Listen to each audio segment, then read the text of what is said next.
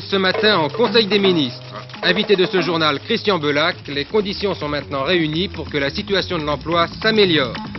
Adolfo Suarez à Paris, le numéro 1 espagnol, plaide l'entrée de son pays dans le marché commun. Monaco en tête, Paris Saint-Germain lanterne rouge du championnat de France. Jean-Michel Larquet restera seulement entraîneur du Paris SG.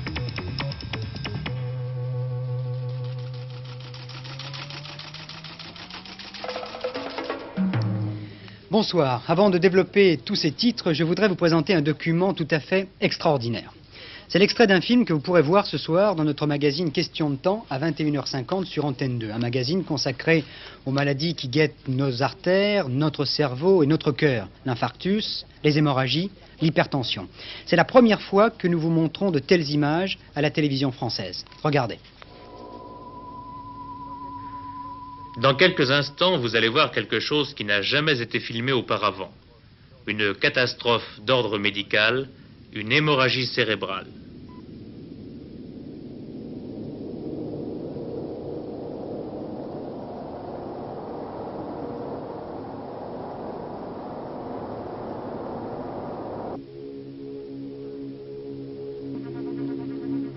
Regardez au ralenti. Et n'oubliez pas que nous sommes à l'intérieur du cerveau humain. Le sang jaillit dans le cerveau avec une force explosive, propulsée par les contractions du cœur.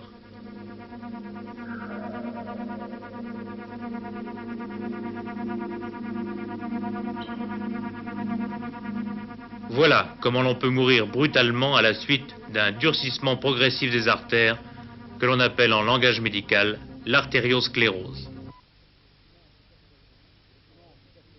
Document tout à fait étonnant que vous pourrez donc suivre dans moins de 2 heures maintenant sur Antenne 2, magazine Question de temps. Pourquoi ces maladies cardiovasculaires qui provoquent la mort de 200 000 personnes par an?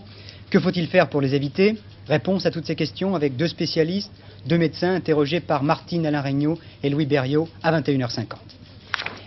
L'actualité aujourd'hui, c'est donc l'ensemble des mesures de soutien à l'économie décidées en Conseil des ministres ce matin à l'initiative de M. Raymond Barre. Ce n'est pas un plan de relance, le Premier ministre l'a clairement expliqué. Il s'agit essentiellement de stimuler l'activité économique et d'aider en particulier les secteurs qui se portent le plus mal, comme par exemple le bâtiment et les travaux publics. Parmi toutes les mesures annoncées, la plus spectaculaire pour les familles est bien évidemment l'augmentation de la prime de rentrée scolaire, une mesure qui touche plus de 5 millions d'enfants. Le président de la République a tenu à féliciter M. Raymond Barre et le gouvernement pour l'effort entrepris depuis un an pour redresser l'économie française. Je leur renouvelle ma confiance, a dit le chef de l'État. Le Premier ministre, à sa sortie du Conseil, a expliqué le pourquoi de ces mesures. Le gouvernement a estimé que ce n'était pas le moment de changer de cap pour la politique économique et financière. En effet, c'est par un effort continu et tenace que le pays pourra sortir de la crise profonde qui l'affecte, mais qui affecte en même temps le monde entier. Aussi, le gouvernement a-t-il confirmé les orientations de politique économique qui avaient été arrêtées à la fin de l'an dernier pour l'année 1977, et notamment les orientations en matière de crédit, en matière de budget, en matière de prix et en matière de rémunération. Par ailleurs, le gouvernement a approuvé un dispositif d'action conjoncturelle que je lui ai soumis. Pourquoi ce dispositif conjoncturel? Il s'explique par 2 raisons. La première est que le gouvernement a voulu associer à la politique de l'emploi qu'il mène une politique de soutien actif de la conjoncture afin que les entreprises et les travailleurs puissent avoir confiance en l'avenir et sachent que le gouvernement ne se désintéresse pas de leurs problèmes. La seconde raison est que le gouvernement a voulu tenir compte de l'évolution de la conjoncture internationale et notamment de l'évolution de la conjoncture européenne.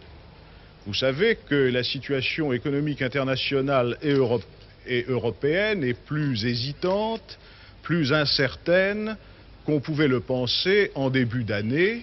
Il était donc nécessaire de compenser cette incertitude de la conjoncture internationale. En un mot, je répète ce que j'ai déjà eu l'occasion de dire, le gouvernement veillera à ce que le pays ne retombe pas dans l'inflation, mais il veillera aussi à ce que le pays ne soit pas frappé par une récession de l'activité économique. Et l'objectif du gouvernement demeure de faire sortir le pays de la crise et, dans la mesure des moyens disponibles, toutes les fois qu'il le peut, d'améliorer le sort des Français. Le premier volet du dispositif arrêté ce matin en Conseil des ministres concerne les familles. L'allocation de rentrée scolaire est exceptionnellement augmentée de 300 francs. Pour toucher cette prime, il faut avoir un revenu brut inférieur au plafond de l'allocation de salaire unique. Exemple, une famille de 2 enfants la touchera si elle a un revenu inférieur à 3 200 francs par mois.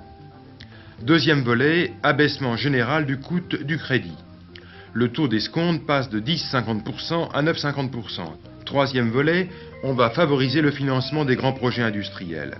Le Crédit national mettra à la disposition des entreprises décidées à investir pour créer des emplois 1 milliard de francs de plus et à des conditions avantageuses. Enfin, on apportera une aide à un secteur qui se porte particulièrement mal, les travaux publics et le bâtiment. Le ministère de l'Équipement pour les routes, de l'Agriculture et de l'Intérieur pour les travaux hydrauliques et d'assainissement, le ministère de l'Éducation nationale pour les constructions scolaires, et les collectivités locales vont passer d'ici à la fin de l'année pour 1,4 milliard de francs de commandes supplémentaires. Le prix plafond retenu pour la construction d'HLM locatives est relevé de 5%, ce qui devrait hâter l'engagement des programmes prévus cette année et donner un peu d'air aux entrepreneurs. En outre, le gouvernement prend les dispositions nécessaires pour que 31 500 logements de plus, dont 15 000 en accession à la propriété, soient financés cette année. En conséquence, les prêts au logement seront augmentés d'1,6 milliard de francs. Première réaction à l'annonce de ces mesures gouvernementales, celle des PME. Elles sont insuffisantes, disent les petites et moyennes entreprises. Même jugement, à quelques nuances près pour la CFDT et la CGT ce soir, qui expliquent que cela ne suffira pas à faire sortir le pays de la crise. Pour Force ouvrière, ces mesures auraient dû intervenir plus tôt. La question est de savoir quel sera leur effet sur l'emploi. L'un des problèmes essentiels, évidemment, soulevés par Force ouvrière. D'autant plus qu'à ce même Conseil des ministres de ce matin, M. Christian Belac a rendu compte de la mise en œuvre du programme du gouvernement pour lutter contre le chômage des jeunes. Avant d'aborder avec vous, Monsieur le ministre, ces questions, je vous propose de suivre le reportage de Gérard Mérigot qui montre, à l'aide de 3 exemples bien précis, les difficultés que rencontrent les jeunes de moins de 25 ans aujourd'hui pour trouver un emploi. 40% des chefs d'entreprise se disent favorables à l'emploi des jeunes d'ici à la fin de l'année. Cela étant, 2 mois après leur entrée en vigueur, sans doute à cause des vacances, les mesures prises ne connaissent encore qu'une application embryonnaire. Jeunes, moins de 25 ans, premier emploi, voilà le profil du bénéficiaire. À ce profil correspondent 3 attitudes. Premier cas, premier exemple, Gilles Grandjean, 20 ans, formation dessin industriel, pas de débouché. Prêt à tout pour entrer dans la vie active, il est apprenti charcutier. Pendant 2 ans, son patron sera exonéré des charges patronales et sociales. Dans 2 ans, Gilles aura peut-être un métier. Le dessin industriel, pour lui, c'est maintenant terminé. Même dans la panoplie des possibilités qu'offre la nouvelle législation, il n'a rien trouvé, que ce soit contrat emploi-formation, stage pratique en entreprise ou stage formation. Je n'ai pas trouvé de place dans le métier que j'avais préparé. Vous saviez que c'était bouché comme branche ? Au départ, non, mais quand j'ai eu fini, je me suis aperçu que c'était bouché. Est-ce que ça vous ennuie pas quand même d'avoir perdu quelques années pour vous former dans une branche et faire autre chose ? Aujourd'hui, c'est repartir de zéro. Oui, mais si j'avais été renseigné avant, ça aurait été. Est-ce que vous étiez prêt à accepter n'importe quoi ? Si ça n'avait pas été la charcuterie, est-ce que vous auriez pu être employé de bureau ? À la rigueur, si j'avais pas trouvé autre chose, je me serais lancé dans un emploi de bureau ou autre. Deuxième cas, deuxième attitude, persévérer dans la voie que l'on a choisie. Le plus fréquemment, le jeune demandeur d'emploi croit en ses chances, il attend l'ouverture. Cette attitude, beaucoup l'ont, l'espoir l'emporte souvent sur l'inquiétude du devenir ou encore sur la nécessité de faire n'importe quoi. Je voudrais essayer de travailler dans la comptabilité, dans ma partie, dans ce que j'ai appris, quoi. Est-ce que vous êtes prêt à éventuellement faire autre chose si jamais vous ne trouviez pas dans votre branche? Bah oui, à fur et à mesure, je serais peut-être bien obligé, mais enfin... Mais là, à l'heure actuelle... Bah pour l'instant, j'essaye de persister pour trouver un travail là-dedans, quoi. Troisième solution, celle qui a tendance à devenir moins fréquente, le passage sans douleur de la scolarité à la vie active. Alain Oudoul, 19 ans, serrurier. Cet exemple pourrait être banal s'il n'était pas le contraire des précédents. On ne forme presque plus de serruriers. Dans cette spécialité, les patrons souhaitent une certaine qualification. Ce garçon représente sans doute un exemple de bonne orientation. Tout le monde dit que la serrurerie c'est assez vaste. Je pouvais les trouver dans n'importe quoi. Contrairement à certaines autres professions. Voilà, c'est pour ça que j'ai pris ce métier-là. Et là, vous êtes engagé à titre définitif. Ouais. C'est un emploi ferme. Il n'y a pas d'apprentissage. Si on vous avait dit, par exemple, demain, il n'y a pas de place comme serrurier, mais comme apprenti coiffeur. Ah. Non. On a passé dans les derniers mois 17 annonces dans des journaux de grande diffusion et nous n'avons eu aucune réponse. Demandant des jeunes? Demandant de tout âge. Et c'est à la suite de cet insuccès que nous avons pensé aux jeunes en écrivant aux directeurs des différents collèges techniques de la région sud de Paris. Et là, comment ça s'est passé alors? Eh bien, guère mieux, puisque l'un de ces collèges nous a répondu qu'il ne formait plus de jeunes dans la spécialité que nous demandions, et l'autre nous en a envoyé 2. Les 2 se sont présentés, les 2 ont été engagés, et le jour de leur arrivée, nous n'en avons vu qu'un. Et vous pouviez en prendre plus, sans limitation? Oui, non, il n'y avait pas de limitation. On avait demandé, on aurait voulu faire un certain tri, bien entendu. On n'a pas eu le choix. Un seul est venu, nous l'avons pris. Voilà donc les difficultés et les problèmes de conscience que vont avoir les jeunes demandeurs d'emploi. Les vacances ont peut-être retardé la concrétisation de certains projets. En tout cas, l'information a bien circulé. Et les mois qui viennent, espérons-le du moins, apporteront aux jeunes concernés les réponses aux questions posées. Monsieur Christian Belac, vous venez de suivre avec nous le reportage de Gérard Mérigot. Le premier exemple, celui de Gilles Grandjean, qui était dessinateur industriel, jeune dessinateur industriel, obligé de se convertir à la charcuterie. C'est un peu choquant quand même. Eh bien, je dis à Gilles qu'il a eu raison, car ça lui permet pour l'instant de trouver un emploi. Et comme je pense que dans l'avenir, le dessin industriel retrouvera un avenir certain, il pourra peut-être un jour retrouver ses désirs initiaux. Donc en fait, vous êtes d'accord avec M. Raymond Barre qui disait la semaine dernière changer d'emploi s'il le faut. Ce que je pense, ce que pense le Premier ministre, c'est que nous manquons, et vous l'avez vu aussi, d'ingénieurs, de techniciens, d'ouvriers qualifiés, et par conséquent, il faut que, peu à peu, nous arrivions à ce que nos jeunes, et par une bonne information, qui était d'ailleurs demandée, vous le remarquez, par le second, je crois, puissent s'orienter dans les voies qui ont de l'avenir. D'autre part, il est certain que des évolutions auront lieu dans les conditions de travail et dans les besoins de différents métiers, et c'est dans l'avenir que peu à peu nous arriverons probablement à mieux adapter les recherches des jeunes, leurs aspirations et les postes disponibles. Monsieur le ministre, après le Conseil des ministres de ce matin, qu'est-ce qu'il y a concrètement de changé pour les chômeurs? Je crois qu'il y a une chose fondamentale. Dans les voyages que nous avons faits avec le Premier ministre, nous avions constaté depuis le mois de juillet une véritable mobilisation de l'ensemble de l'administration, et pas seulement l'administration du ministère du Travail, mais aussi des chefs d'entreprise, des petites et moyennes entreprises, des chambres de métiers, des chambres de commerce et de l'industrie, mais nous sentions un certain attentisme de la part des chefs d'entreprise compte tenu de l'incertitude économique. Je pense que les mesures qui ont été prises ce matin, dont certains disent bien entendu, comme toujours, qu'elles sont insuffisantes, mais qui ont le mérite d'exister, et surtout de montrer que sans du tout perdre de vue la nécessité de la lutte contre l'inflation, le gouvernement reste attentif à sortir de la crise et à éviter toute récession. Alors du coup, salariés, chefs d'entreprise, c'est ce qu'a dit le Premier ministre tout à l'heure, peuvent avoir confiance et l'attentisme qui existait disparaître. Je pense que ce changement psychologique est capital, d'autant plus que, vous l'avez dit, près de 50% des chefs d'entreprise, avant même l'annonce de ces mesures, étaient prêts à embaucher, et que nous... Vous voyez que maintenant ils vont le faire. Ah, je suis persuadé que le mouvement va se développer. Vous avez déjà des chiffres pour l'été? Nous avons déjà, alors que pendant le mois d'août, nous sommes dans une période difficile puisque beaucoup d'usines sont fermées et d'entreprises, nous avons déjà recueilli dans les agences et auprès des chefs d'entreprise plusieurs dizaines de milliers d'emplois, de stages de formation ou d'ouverture pour des apprentis. L'objectif que s'est fixé le CNPF d'aboutir fin décembre à l'embauche de 300 000 jeunes, vous pensez qu'il sera atteint, vous pensez qu'il sera suffisant, vous pensez qu'il sera dépassé? Vous savez que l'objectif que s'est fixé le gouvernement, c'est permettre à tout jeune sortant de l'appareil éducatif ou du service national de trouver un emploi ou une formation.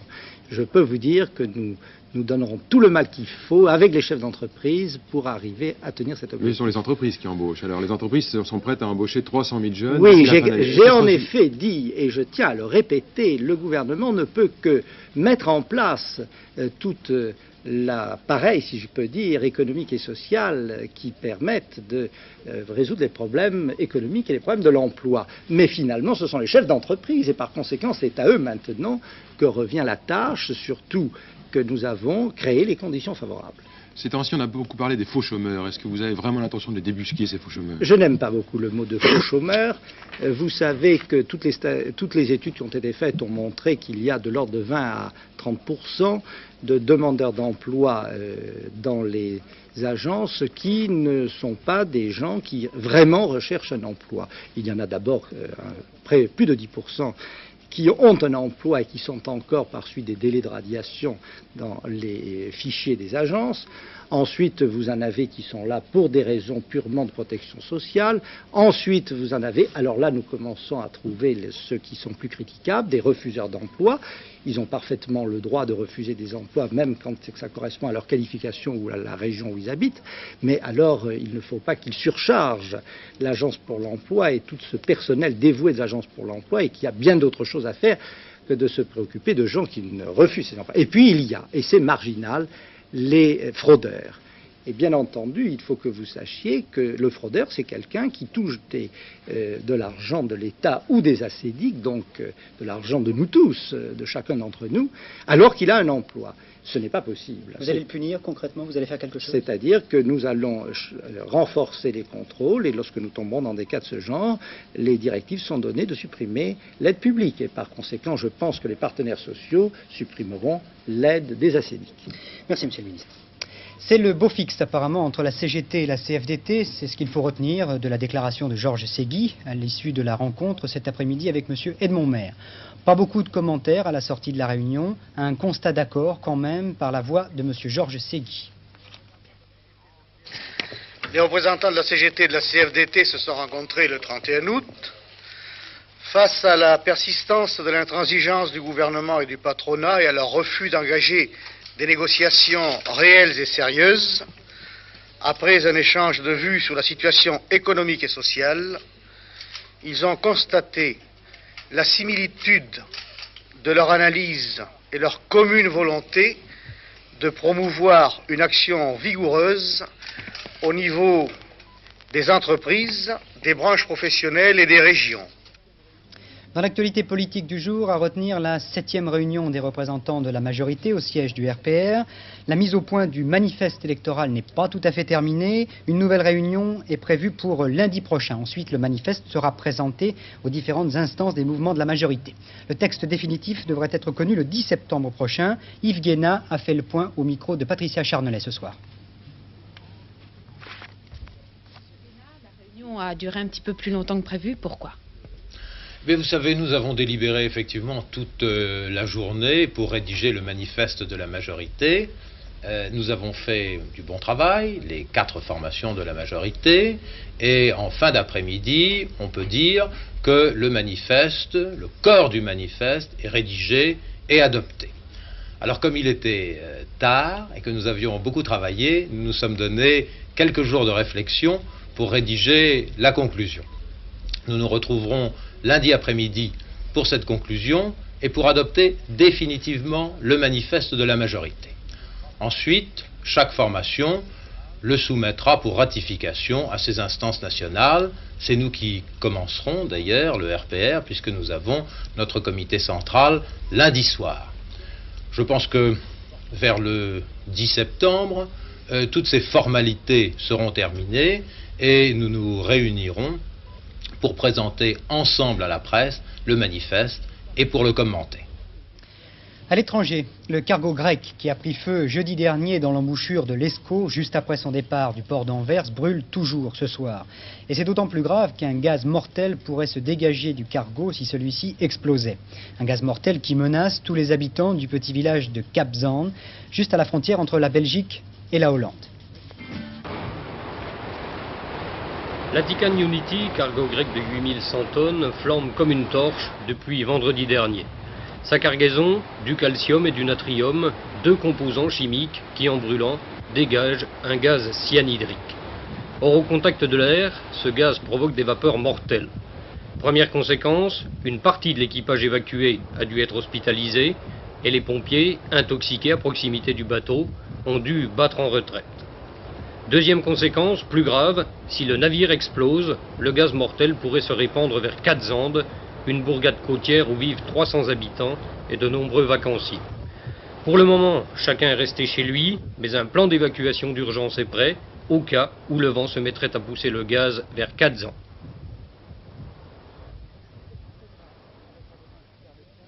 Je suis satisfait de ma rencontre avec Valéry Giscard d'Estaing, a expliqué M. Suarez, le président du Conseil espagnol, à sa sortie de l'Élysée cet après-midi.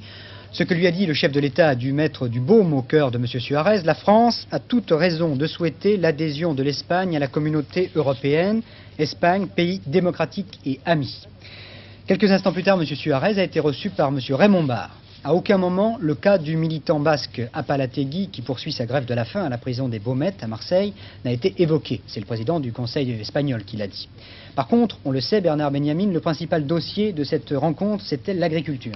Oui, c'est en effet le gros problème dans la mesure où les difficultés agricoles de la communauté ne pourraient s'en trouver qu'aggravées. Actuellement, l'Espagne déverse plus du quart de sa production de fruits et légumes sur le marché français.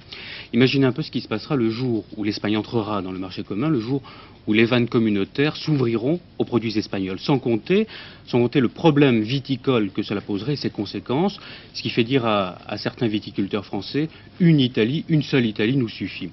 Voilà pourquoi, à l'issue de l'entretien qu'il a eu cet après-midi avec le Premier ministre espagnol, Valéry Giscard d'Estaing se déclarait favorable à l'entrée de l'Espagne dans le marché commun, mais précisait que la France ne sacrifierait pas pour autant son agriculture méditerranéenne à cette intégration. Alors que répondent les Espagnols dans ce cas-là? Eh bien, les Espagnols répondent deux choses. Ils répondent économie et politique. Économie parce que l'Espagne va connaître cette année un déficit grandissant dans la balance des paiements, elle va connaître un chômage très important, une inflation de 20%, bref, des problèmes que seule une intégration au marché commun permettrait de résoudre. Ils répondent aussi politique parce que pendant très longtemps, les pays membres de la communauté se sont déclarés opposés à l'entrée de l'Espagne dans le marché commun tant que les conditions démocratiques ne seraient pas réunies en Espagne. Aujourd'hui, c'est fait. Le processus suivi par ce pays depuis la mort du général Franco a fait de l'Espagne une nation démocratique qui se veut également européenne.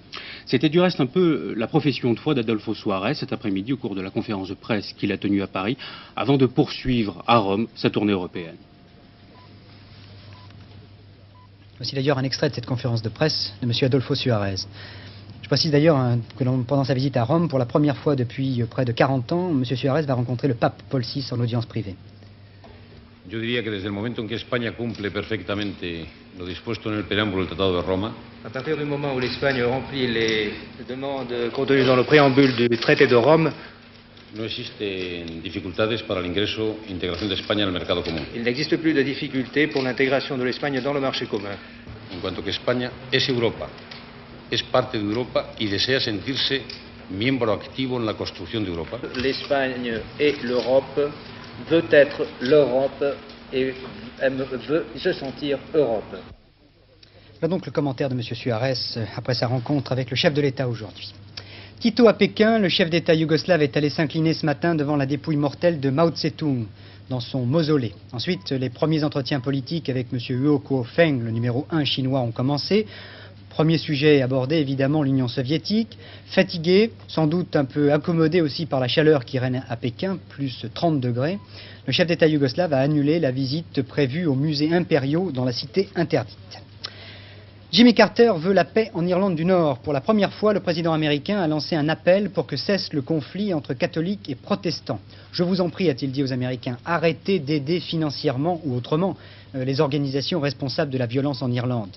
Une reconnaissance virtuelle du fait que les États-Unis sont une source d'approvisionnement en armes des terroristes irlandais. Élection en Rhodésie aujourd'hui, sans même attendre le dépouillement des résultats, il est bien certain que le parti du Premier ministre Ian Smith obtiendra une majorité écrasante. C'est mathématique. Le suffrage universel n'existe pas en Rhodésie. Il y a plus de 6 millions de Noirs qui n'ont pas le droit de voter. 50 des 66 sièges de la Chambre sont réservés aux Blancs. Et ils sont 270 000 seulement les Blancs en Rhodésie. Ian Smith a proposé aux électeurs un règlement intérieur avec les leaders noirs modérés, en rejetant pour l'instant le plan anglo-américain qui prévoit lui au contraire un accord avec les forces des guérilleros. Actualité internationale musicale avec maintenant la collaboration de Radio Moscou. Tous les jours, en écoutant la radio, les soviétiques peuvent entendre leur hymne national. Depuis près de 20 ans, il n'y avait plus de paroles sur cet hymne, restait simplement la musique. Depuis aujourd'hui 18h, changement, Radio Moscou vient de diffuser le nouvel hymne. Écoutez.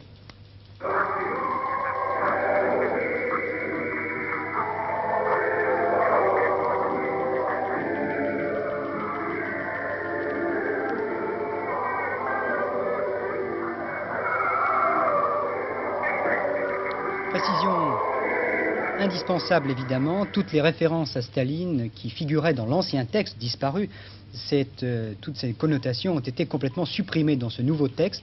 Les paroles vantent maintenant le triomphe du Parti communiste et l'immortalité de ses idées. Le pilote de la caravelle d'Air Inter qui a décollé hier de Grenoble sans autorisation de la tour de contrôle, avait-il le droit de le faire? Oui, répond aujourd'hui Air Inter. Le vol à vue en caravelle est conforme au règlement. De plus, les conditions météo étaient excellentes. 4 mois de prison, 600 francs de dommages et intérêts pour avoir écrasé un orteil. Pas n'importe quel orteil, celui d'un contractuel. Monsieur Pincelou, c'est son nom, c'est le nom d'un ancien, s'était un petit peu énervé il y a quelque temps lorsqu'un agent lui avait demandé de circuler. Il a démarré un peu trop vite et il est passé sur le pied du contractuel. Le tribunal l'a condamné pour outrage à agent, 4 mois de prison. En sport, Borg peut être forfait pour les internationaux de Forest Hills aux États-Unis. Il s'est blessé à l'entraînement avant même le début de la compétition. Et puis en football, nouvelle défaite de Paris Saint-Germain hier devant Marseille. Juste un instant, je vous prie. Oui. D'accord. Nous avons quelques petits problèmes techniques, je crois, avec le football. Je vais simplement vous rappeler les résultats d'hier. Donc le Paris Saint-Germain battu par Marseille à Marseille. Le deuxième résultat, c'est Nice qui a gagné en battant Nîmes 3-1. Et enfin Monaco qui a gagné devant Reims. Monaco est toujours premier du championnat de France en ce moment. Les résultats du loto pour terminer ce journal, les voici 7, 8, 32, 34, 43, 49 et le numéro complémentaire étant 41. La météo pour demain, avant de se quitter, jeudi le temps sera brumeux et nuageux. Des Ardennes et des Vosges au Bordelais, à l'ouest du bassin aquitain avec des pluies près des frontières et des orages près des Pyrénées. À l'est de cette zone, le temps sera bien ensoleillé après la dissipation des brouillards matinaux. À l'ouest, le temps sera nuageux avec des éclaircies parfois brumeux près des côtes. Je vous rappelle le rendez-vous avec question de temps, le danger pour vos artères, 21h50 sur Antenne 2 ce soir. Vous avez rendez-vous avec Bernard Rapp pour la dernière édition du journal, tout à fait en fin de soirée. Je vous souhaite une très belle soirée sur Antenne 2.